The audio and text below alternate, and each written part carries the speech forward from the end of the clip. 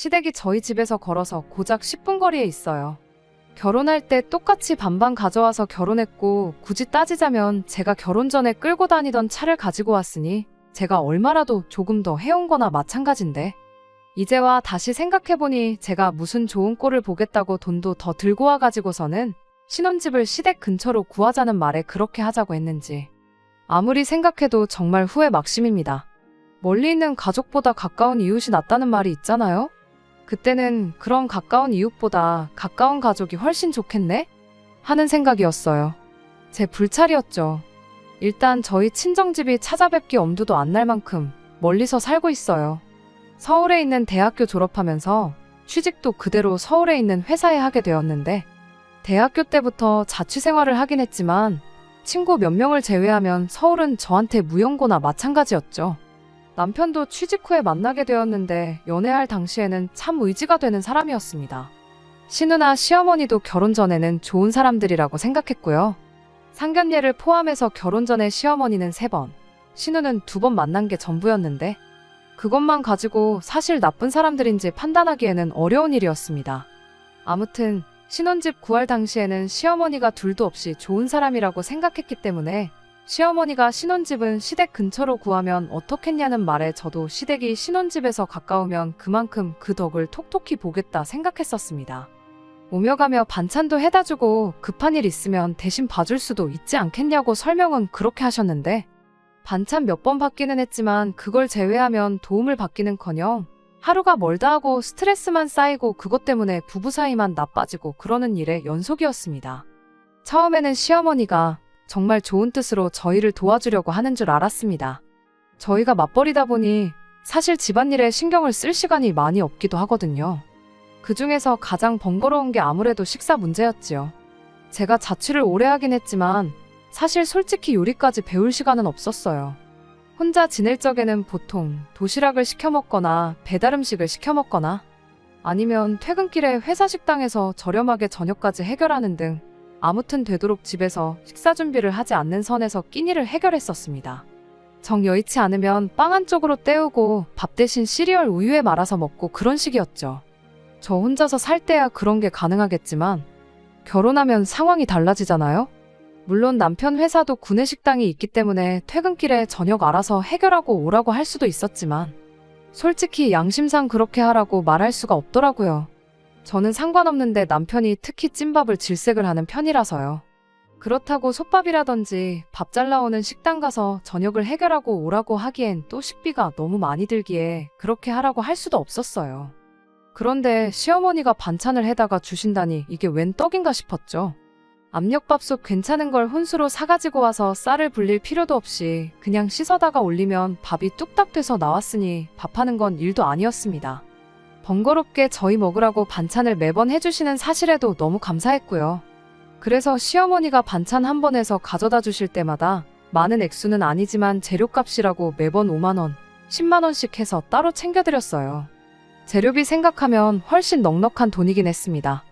그 돈이면 사실 근처 반찬 가게에서 퇴근길에 종류별로 골라 담아와도 일주일 너끈하게 먹고 제 입맛에도 더 맞긴 하지만 남편 입장에서는 엄마표 집밥이기도 하고 겸사겸사 시어머니한테 용돈 드렸다 그렇게 생각하니 크게 아깝지는 않았습니다.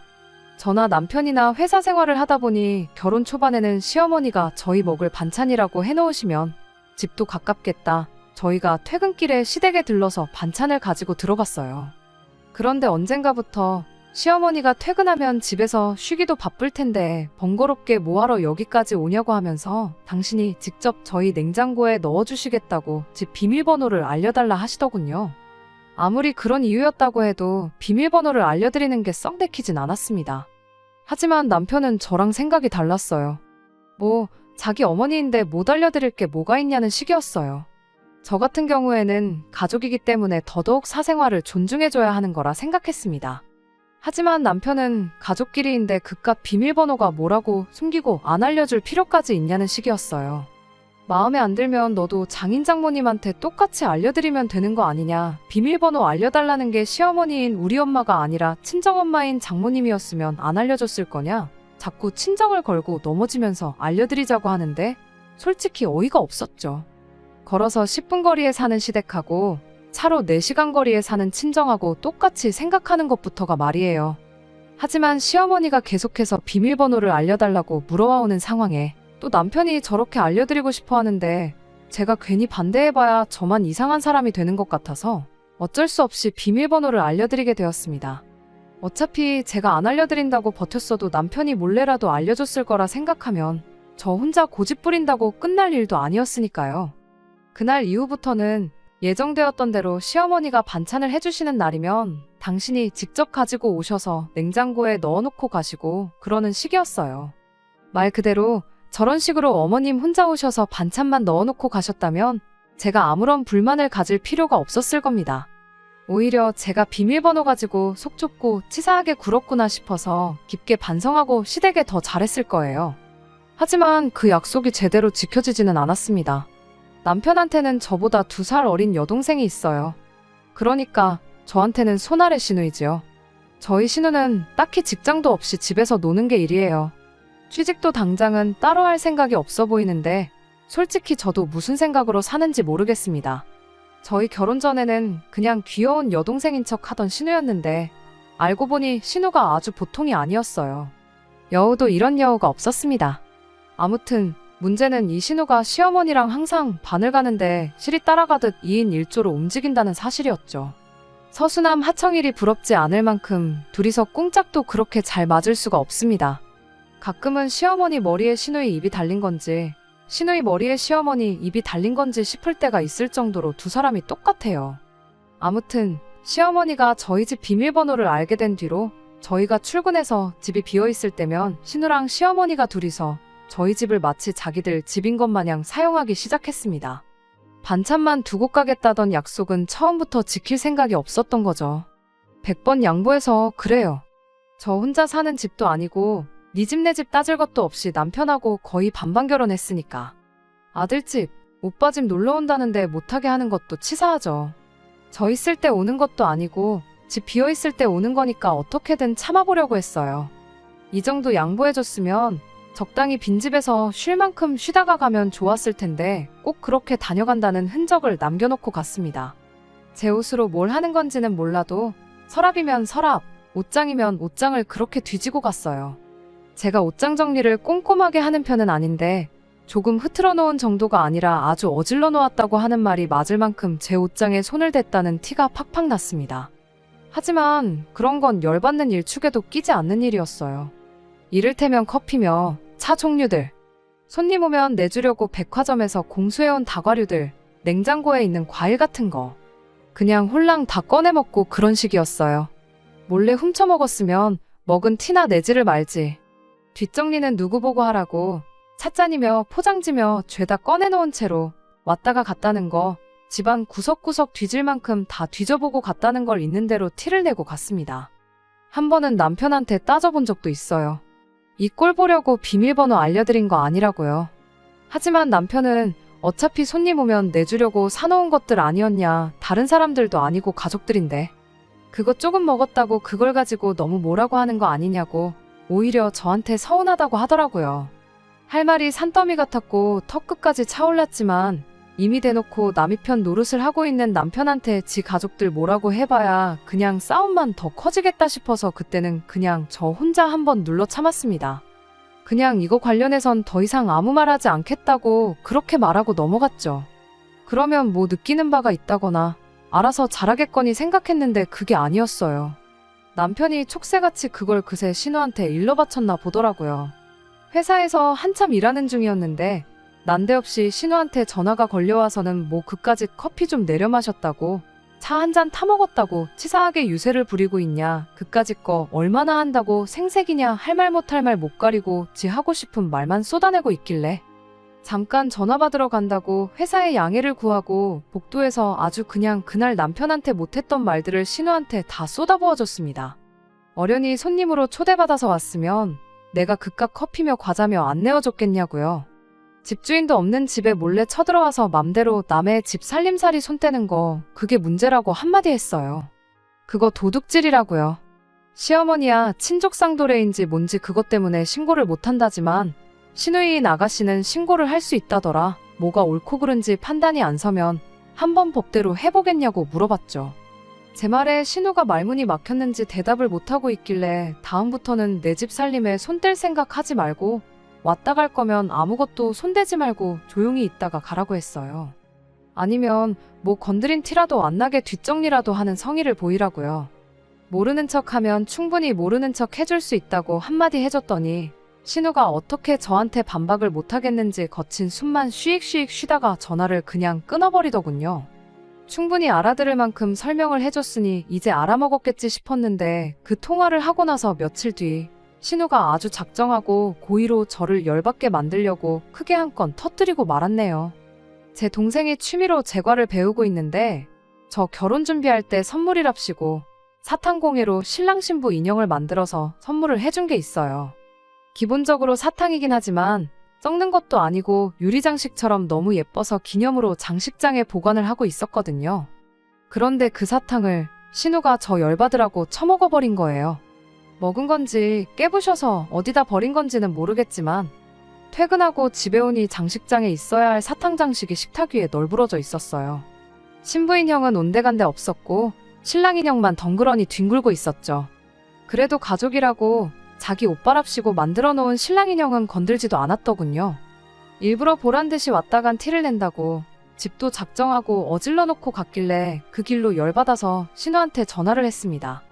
그동안 저보다 나이 어린 신우였지만 제가 최소한의 예의는 지키겠다고 꼬박꼬박 존댓말 써주고 했는데 그래서 그랬나? 손아래 신우 자리가 몸 벼슬자리라도 되는 건 줄 착각했나 싶어서 신우 전화 받자마자 반말로 나랑 뭐 해보자는 거냐고 세게 나갔어요. 신우도 성격이 보통이 아니더라고요. 바락바락 저한테 소리를 있는 대로 지르면서 그게 먹으려고 둔 건지 장식용인지 내가 어떻게 아냐는 식으로 오리발을 내밀었어요. 내가 남의 집 살림 맘대로 허락도 없이 건들지 말라고 했냐 안 했냐 그게 먹는 건지 똥인지 된장인지 구분을 못하면 너는 손이 없냐 발이 없냐 아니면 말을 못하냐 간단하게 전화 한 통해서 물어봤으면 끝나는 거 아니냐고. 애초에 그게 장식이 아니라 사탕인 걸 알고 있었던 것부터가 고의로 그랬다는 티가 팍팍 난다고. 아주 전화로 대판 붙었습니다. 한참 신우랑 전화로 떠들고 있으니 퇴근한 남편이 집에 들어왔어요. 평소 남편이었다면 분명히 나서서 신우 편을 들어줬을 텐데 제가 화를 내면 어떤지 잘 알고 있었다 보니 그날은 하루 종일 제 눈치만 살살 보면서 제 기분이 어떤지 탐색이나 하고 말더라고요. 제가 화를 내면 정말 눈이 뒤집어진다는 표현이 맞을 정도로 180도 다른 사람으로 변해요. 남편도 제 그런 성격을 알고 결혼했습니다. 한번 화를 내면 정말 제대로 화를 내는데 그 상대가 누구든 간에 가리지 않아요. 그렇다고 해서 일부러 동네방네 물불 안 가리고 싸움 걸고 시비 걸고 그러지는 않습니다. 아무리 생각해도 제가 부당한 대우를 받았을 때, 목소리를 내야 할 때 그런 거 정도는 확실히 구분을 할 줄 알아요. 다만 이런 제 성격 탓에 남자들하고도 몇 번 시비가 붙었던 적도 있었죠. 예를 들자면 한참 길에서 담배 피는 사람들을 볼 때면 이라든지 다 같이 줄 서 있는데 차례 개무시하고 새치기를 하는 사람들이라든지 저에게 직간접적인 피해를 주는 사람한테는 무조건 할 말은 하는 사람이었습니다. 당시 남자친구였던 남편 앞이라고 해서 내숭 떤다고 억지로 참고 그러지도 않았었어요. 아무튼 남편이 이런 제 물불 안 가리는 성격을 알다 보니 그날만큼은 제 심기를 건드리지 않으려고 일부러 제 앞에서 가족 편도 들지 않고 모르는 척 했던 거였죠. 아무튼 그렇게 신우랑 대판 붙고 나니 나름 집에 평화가 찾아오게 되었습니다. 시어머니고 신우고 그날 이후로 저희 집에 찾아오지 않았거든요. 그 덕에 한동안 냉장고에서 시어머니표 반찬을 볼 일이 없었습니다. 시어머니표 반찬을 못 먹게 된 게 전혀 단 하나도 아쉽지 않았어요. 남편한테야 늘 먹고 싶은 그립고 그리운 엄마 손맛 집밥이겠지만 저한테는 솔직히 맵고 짜기만 한 자극적인 음식이었거든요. 그 이후로는 그냥 반찬 가게에서 반찬을 사서 먹었는데 솔직히 더 경제적이고 맛도 훨씬 괜찮았어요. 시어머니가 저희한테 해주는 반찬이 끊기니 한 달에 몇십만 원 되지 않았더라도 매달 시어머니한테 반찬 재료값 드린다고 드리던 용돈도 끊어지게 되었죠. 오히려 시어머니, 신우가 저희 집에 들락날락 거리는 일로 스트레스를 받을 것도 없었고 경제적으로도 여유가 생기게 되니 저한테는 도무지 아쉬울 게 없는 상황이었어요. 그 후로 딱 한 달이 지나서 시어머니가 저한테 먼저 연락을 해왔습니다. 본론은 따로 말하지 않았고 저보고 퇴근하거든 시댁에 좀 들르라는 말만 전해왔어요. 목소리만 들어도 보고 싶어서 저를 부르는 게 아니라는 건 충분히 알 수 있었어요. 혹시나 싶어서 남편한테 전화해봤죠. 시어머니가 퇴근하고 오라 하시는데 당신한테도 오라고 하셨느냐고 물어봤는데 남편은 자기는 모르는 일이라 하더군요. 안 좋은 예감은 틀리는 법이 없었죠. 시댁 도착하니 공기부터 무거운 게 이번 기회에 아주 며느리 잡돌이를 해서 길을 눌러놓으려고 작정을 했다는 걸 느낄 수 있었어요. 왔냐고 퉁명스럽게 저한테 인사하는 시어머니와 그 뒤에 팔짱 끼고 어디 한번 당해보란 표정으로 실실거리고 있는 신우를 보니 말이죠. 시댁 도착해 신발을 채 벗기도 전이었는데 시어머니는 대뜸 내가 니들 밥 해주는 사람인 줄 아냐며 저한테 화를 내기 시작했어요. 밥은 밥대로 챙겨주면서 시어머니 대접은 단 한 번도 받아보지 못했다면서요. 얼마나 시댁을 우습게 봤으면 어떻게 그 많은 반찬을 얻어먹는 동안 시어머니 저녁 식사 한 번을 차려줄 생각을 안 해봤냐고 묻더군요. 시누이는 쌤통이라는 듯이 뒤에서 놀리는 표정으로 상황을 만끽하고 있었죠. 그런데 뭐 제가 진짜 잘못했다면 아차 싶기라도 했을 텐데 너무 억지 부리는 게 느껴지니 오히려 할 말은 해야겠다 싶더라고요. 반찬은 먼저 어머님이 해주신다고 하셨던 거지 제가 따로 부탁드렸던 게 아니지 않았냐고 대답을 했더니 어머님이 그럼 우리 귀한 장남이 밖에서 파는 조미료투성이 반찬을 먹는 꼴을 그냥 두고만 보라는 말이냐고 한마디 하시더군요. 말인즉슨 어머님 귀한 장남만 아니었으면 안 해주셨을 반찬 아니었느냐고 그 반찬이 저를 위해 해다 주신 것도 아닌데 왜 어머님 저녁 밥상을 제가 준비해야 하느냐고 물었어요. 집도 코앞인데 당장 남편 이쪽으로 부르겠다고 저녁상은 반찬 얻어먹은 아드님한테 차려달라 하시라고 했습니다. 저는 입맛에 맞지도 않아서 어머님 반찬 잘 안 먹는다고요. 그리고 제가 비록 어머님 저녁 식사 한 번을 차려드린 적은 없을지언정 그간 어머님이 반찬 해다 주실 때마다 재료값에 더 얹어서 용돈하시라고 보내드렸던 거는 기억 안 나시냐고 했어요. 그것 말고도 모시고 외식 다녀온 것만 몇 번이냐고. 제가 진정 어머님이 반찬 해다 주신 거에 대해 감사히 여긴 적이 없었다면 그런 것조차 안 해드렸을 거라고 한마디 했습니다. 아무 대답도 못하는 시어머니에게 그런데도 제가 저녁 식사 한 번 안 차린 게 괘씸하고 성의가 부족하다고 생각되면 까짓거 어머님 저녁 식사 필요할 때마다 제가 와서 차려드리겠다 했어요. 대신에 여태까지 보내드렸던 돈의 절반은 돌려달라고 했어요. 그간 제가 성의 표시 안 한 거라 치고 그냥 용돈 드린 셈 치겠다고요. 대신 그렇게 하면 친정에도 똑같이 용돈을 드려야겠으니 절반 돌려주시면 그 돈만 보내드리고 말겠다고요. 시어머니가 신우랑 짜고 치고 있는 게 명명백백한 상황에 제가 못할 말 했다고 생각되지는 않았습니다. 시어머니도 마땅히 저한테 뭐라고 더 할 말이 없었는지 결국 마지막에 가서는 저거 따박따박 말대꾸 하는 꼴 좀 보라며 어깃장을 부리기 시작했어요. 신우도 옆에서 며느리가 시어머니한테 대느는 게 말이나 되냐고 저보고 미친 거 아니냐며 거들길래 손아래 신우가 손이올케한테 미쳤냐는 소리를 하는 건 말이 되냐 그동안 대들었던 건 말이 돼서 대들었던 거냐고 한마디 해줬더니 신우도 이내 그 입을 다물더군요. 한바탕 할 말 다 쏟아내고 나니 두 모녀가 넋을 놓고 저를 쳐다만 보고 있길래 더는 할 말이 없는 것 같은데 저는 이만 들어가 보겠다고 하고 시댁에서 나왔습니다. 나오는 길에 여전히 저녁 식사 차려줄 사람이 필요하면 집에 있는 남편한테 여기로 가보라고 말해주겠다 말하고 나왔어요. 집으로 돌아오는 그 10분 사이에 시어머니가 남편한테 무슨 말을 어떻게 전한 건지 남편이 문 앞에 서서 저를 기다리고 있었어요. 현관문 열고 들어오기가 무섭게 남편이 자기랑 이야기 좀 하자고 한마디 하길래 뭐 할 말이 있으면 사람 신발 벗을 틈도 안 주고 문 앞에서부터 지 할 말 떠드는 게 너네 집 가풍인 거냐 아니면 유전인 거냐 하고 벼르고 있는 남편을 무시하고 그냥 지나쳐갔습니다. 예상한 결과이지만 남편은 제 이야기는 한마디도 들어볼 생각도 하지 않고 당장의 가족들 편을 들면서 제 뒤에다 대고 한마디 하더라고요. 그냥 너가 숙이고 들어갔으면 금방 끝났을 일 아니냐고요. 다른 사람도 아니고 시어머니 저녁밥 한 번 차려주는 게 그렇게 자존심 상하고 어려운 일이었냐고 별것도 아닌 일을 키워서 이 사달을 만드는 게 맞냐고 따지는 겁니다. 내가 잘못한 게 하나 없는 상황에 당신 어머님이랑 동생이 둘이서 편먹고 먼저 일을 키웠다는 생각은 안 해봤냐고 내 편 들어주는 것까진 바라지도 않으니 그냥 나 좀 가만히 내버려두라고 너랑은 더 할 말 없다 말하고 방으로 들어갔어요. 남편이 성큼성큼 따라 들어와선 아직 말 다 안 끝났다며 뒤에서 제 손목을 확 낚아채더라고요. 저도 잡힌 손을 뿌리치면서 지금 뭐 하자는 거냐고 한번 힘으로 해보자는 거냐고 소리를 질렀습니다. 남편이 지 화를 못 이겨서 부들거리다가 저한테 경고라도 하려고 했는지 손에 쥐고 있던 핸드폰을 침대로 확 집어던지는데 어이가 없더라고요. 누구는 성질 부릴 줄 몰라서 안 부리는 줄 아느냐고 그래가지고 핸드폰이 박살이라도 나겠냐며 침대 위로 떨어진 남편 핸드폰 주워들어서 바닥으로 패대기를 쳤습니다. 남편이 화들짝 놀라서 핸드폰을 집어들었는데 액정이 다 깨져서 금이 죽죽 가 있더라고요.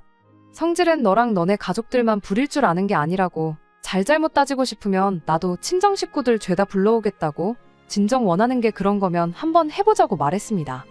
남편은 제가 이렇게 나오니 당황스러웠는지 박살난 핸드폰을 주워들고는 어쩔 줄 몰라 하고 있더라고요. 핸드폰은 안 그래도 어머님한테 그동안 반찬해주고 받아간 용돈에서 재료값만 빼고 절반 돌려달라고 말하고 오는 차라고, 원래 그 돈 받아다 친정에 보내려고 했는데 돌려받기도 힘들 것 같으니 너가 그 돈 받아다가 그 핸드폰을 고쳐서 쓰던지 아니면 새 걸 사서 쓰던지 너 알아서 하라고 했습니다. 이 정도 했으면 충분히 알아먹었을 줄 알았는데 남편이 아무 말 하지도 않으면서 방에 떡하니 버티고 있더라고요. 뭔가 똥마려운 강아지 같은 표정을 짓고 있길래 더 할 말이 남아서 그러고 있느냐고 물었더니 잠깐 전화기 좀 쓰면 안 되겠냐고 하는 거예요. 남편 핸드폰은 액정이 박살났으니 통화가 불가능한 상황인 걸 알았지만 굳이 제 전화까지 빌려서 시댁에 전화를 하려는지가 의아했습니다. 아무리 상황이 상황일지라도 남편 성격상 제가 보는 앞에서 시댁에 전화해 한 소리를 할 만한 위인은 못 되거든요. 애초에 그렇게 할 수 있는 사람이었으면 처음부터 저한테 저딴 식으로 나오지도 않았을 테고요. 딱 봐도 전화기를 쓴다는 게 내가 모르는 무슨 꿍꿍이가 있는 것 같아서 싫다고 거절했습니다. 아니나 다를까 한 10분 정도 더 지나니까 현관문에서 비밀번호 눌리는 소리가 들려왔고 집 안으로 시어머니랑 신우가 쳐들어왔습니다. 딱 보니까 남편이 집에서 저한테 한마디 하기로 해놓고 어느 정도 시간 지나서 신우랑 시어머니가 집에 찾아오면 제가 두 사람 앞에 사과를 하는 그런 그림을 그렸었나 봐요. 집에 오는 10분 사이에 그렇게 구체적인 계획까지 세웠을 거라고는 생각도 못했었네요. 신우가 오빠한테 더 혼나기 싫으면 이제 우리한테 사과를 하라는 식으로 나오더군요. 남편은 망했다는 표정을 짓고 있었고 저도 더는 이 장단에 맞춰주기 싫어서 그냥 내 집에서 나가달라고 짧게 한마디 했습니다. 제 반응에 신우도 계획대로 일이 풀리지 않았다는 걸 눈치챈 건지 아들집 찾아온 시어머니를 내쫓는 며느리가 어디 있냐며 집에서 가정교육을 어떻게 받았길래 이러냐고 목소리를 높이길래 저는 곧장 시어머니한테다 대고 어머님은 신우 가정교육을 어떻게 시켰길래 남의 물건에 손을 대고도 저렇게 적반하장으로 나올 수 있느냐고 되물었죠. 눈에는 눈, 이에는 이라고 신우가 했던 그대로 똑같이 갚아주니 신우도 열받았나 봅니다. 신우가 저보고 말로는 안 되겠다고 오늘 아주 끝장을 봐야겠다며 저한테 다가오더니 제 가슴팍을 손가락으로 쿡쿡 찌르더라고요. 왕년에 자기가 동네에서 얼마나 날렸는지 알긴 아냐면서 학교 다닐 때 너 같은 애들은 자기 눈도 못 마주쳤다는 말을 자랑처럼 늘어놓길래 아이고 아주 무서워 죽겠다고. 말로 안 되니까 힘으로 하려는 걸 보니 가정교육 수준이 눈에 보인다고. 그러니 남의 물건에 손을 대고 위아래 구분 못하는 만큼 똥오줌도 구분 못하는 것 아니겠냐고 한마디 해줬죠. 신우가 얼굴이 울그락불그락해서는 너 지금 말 다 했냐며 제 머리채를 잡아채는데 이 순간만큼은 남편한테 고마워할 수밖에 없었네요. 남편이 싸움을 뜯어말려줘서 그런 건 아니에요. 연애하던 시절 제가 부당한 일을 당했을 때 제 목소리를 내면서 말싸움을 하는 걸 처음 봤던 남편이 저한테 충고하듯이 조언을 해줬던 게 하나 있었거든요. 모든 사람이 말싸움으로 끝내려고 하지는 않는다고. 요즘 세상이 흉흉한데 마음 다스리는 법이라도 한번 배워보는 게 어떠냐는 식으로 제안을 했던 게 있어요. 남편은 뭐 명상이나 요가 같은 걸 배워보라고 꺼낸 말이긴 했는데 저는 성격상 그런 게 잘 맞지가 않았습니다. 차선책으로 배우기 시작한 게 호신술이었어요. 무도가 몸을 수련하는 목적도 있지만 마음가짐을 수련하는 부분도 있으니까 거기에 더불어 예상치 못한 상황에 최소한이라도 제 자신을 스스로 지키고자 배우기 시작한 것도 있죠. 머리채에 잡혔을 때 빠져나오는 방법도 당연히 배웠고요. 배웠던 대로 제 머리채를 잡은 신우 손가락을 뒤로 꺾어버렸어요. 느낌이 부러뜨린 것 같지는 않았는데 아무튼 손가락을 뒤로 꺾어버렸으니 신우가 곧 괴성을 지르며 뒤로 나자빠지더라고요. 신우가 자빠지는 걸 본 시어머니가 너 지금 내 딸한테 뭐 하는 짓이냐며 저한테 달려들었어요. 아무리 제가 부당한 일을 당했다고 해도 명색이 시어머니인데 어른을 어떻게 할 수는 없으니 이때는 남편 뒤에 숨어버렸죠. 남편은 시어머니를 말리지도 못하고 그렇다고 피할 수도 없으니 열받은 시어머니한테 있는 대로 꼬집히고 뜯기고 아주 난리도 아니었습니다. 결국 마지막에는 남편이 어머님을 뜯어말려서 결국 상황을 정리하게 되었네요.